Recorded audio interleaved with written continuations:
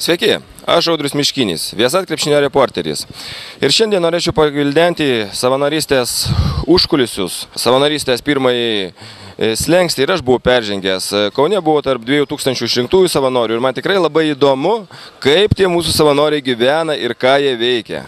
Dabar jūs čia sėdite medijos zonoje ir už ką jūs atsakote, kokia veikla?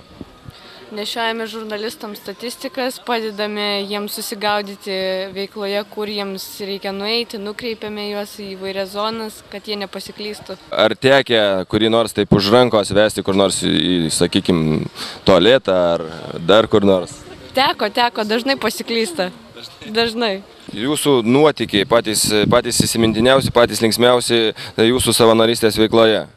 Pavyzdžiui, kaip krepšininkas užkalbina kokius nors, tai visai smagu būna. Tai kokią kalbą kalbate su krepšininkais? Tai anglų, aišku.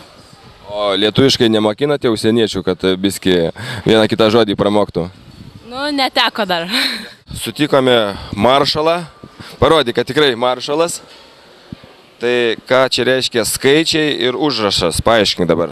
Užrašas reiškia, kad aš prižiūriu fotografus, o skaičiai yra tiesiog mano numeris, kad per kameras, jeigu matytų, kas aš esu. Fotografai mėgina fotografuoti iš kur negalima, ką jie daro apskritai, tokio, ko negalima. Jiems negalima stovėti, negalima vaikščioti, negalima valgyti, o jie tai nori daryti. Tai kaip jie nestovėdami, nevaikščiodami ir dar nevalgydami, kaip jie gali gyventi? Yra ilgoji pertrauka, per kurią jie gali keisti sėdėjimo vietą. Tai manau, jiems to pakanka. Kažkokį nuotykį su blatu turi, tai gal papasakosi? Tiesiog vieną dieną ryte tiesiog buvau per jų treniruotę, nes reikėjo prižiūrėti salę, kad niekas jai nepatektų ir blatas vienu momentu užkalbino, tiesiog teko maloniai pabendrauti su treneriu. Tai labai malonus, labai toksai linksmai gerai nusiteikęs žmogus.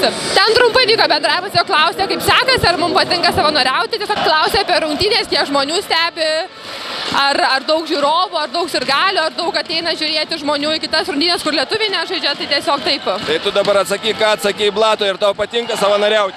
Taip, sakiau, kad man labai patinka tuo metu.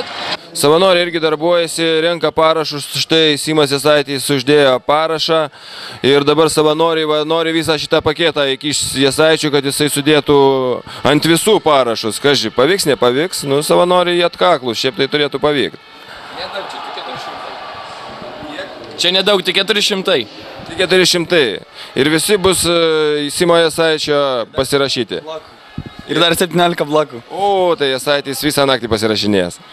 Kuriozai, pasiemant akreditacijas ar tarp žurnalistų, su kokiais susidūrę jūs esat? Žurnalistams akredituotis terminas buvo pateiktas birželio 15 dienai ir paskui juos turėjo patvirtinti arba gauna akreditaciją arba negauna. Ir tie, kurie negavo patvirtinimo, jie vis tiek atvyko į Lietuvą ir visokiais būdais bandė gauti akreditaciją čia. Tai nežinau, ar čia kuriozas ar ne kuriozas, bet žodžiu, bet kokiu atveju jie patvirtinimo negavo ir į areną neįėjo. Na, o pati akreditacija pagaminti, viską sudėti, nuotraukas, viską surašyti teisingai, ar buvo pasitaikę klaidų? Neprovokuokit. Aišku, viskas vyko sklandžiai.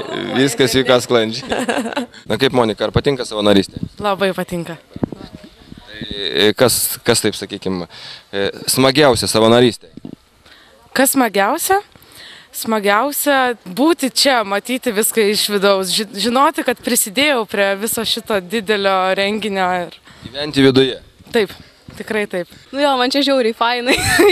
Nes šiaip labai man patinka savanoriauti, nes matau viską iš vidaus, ne tik tai tą visą areną kaip krepšinį, o šiaip taip, tai žinau, man tai čia jėga iš tikrųjų. Aš tai tiek euforijoj. Aplankiau savanorius, pasirodo visi geros nuotaikos, visi patenkinti, laimingi galėdami prisidėti prie šio renginio savo jėgomis. Ir visi, kas svarbiausia, serga ir palaiko Lietuvą. Iki sekančio kartelio, sekite mane internete. Parodykit, kaip palaikote Lietuvą ir sergate už Lietuvą.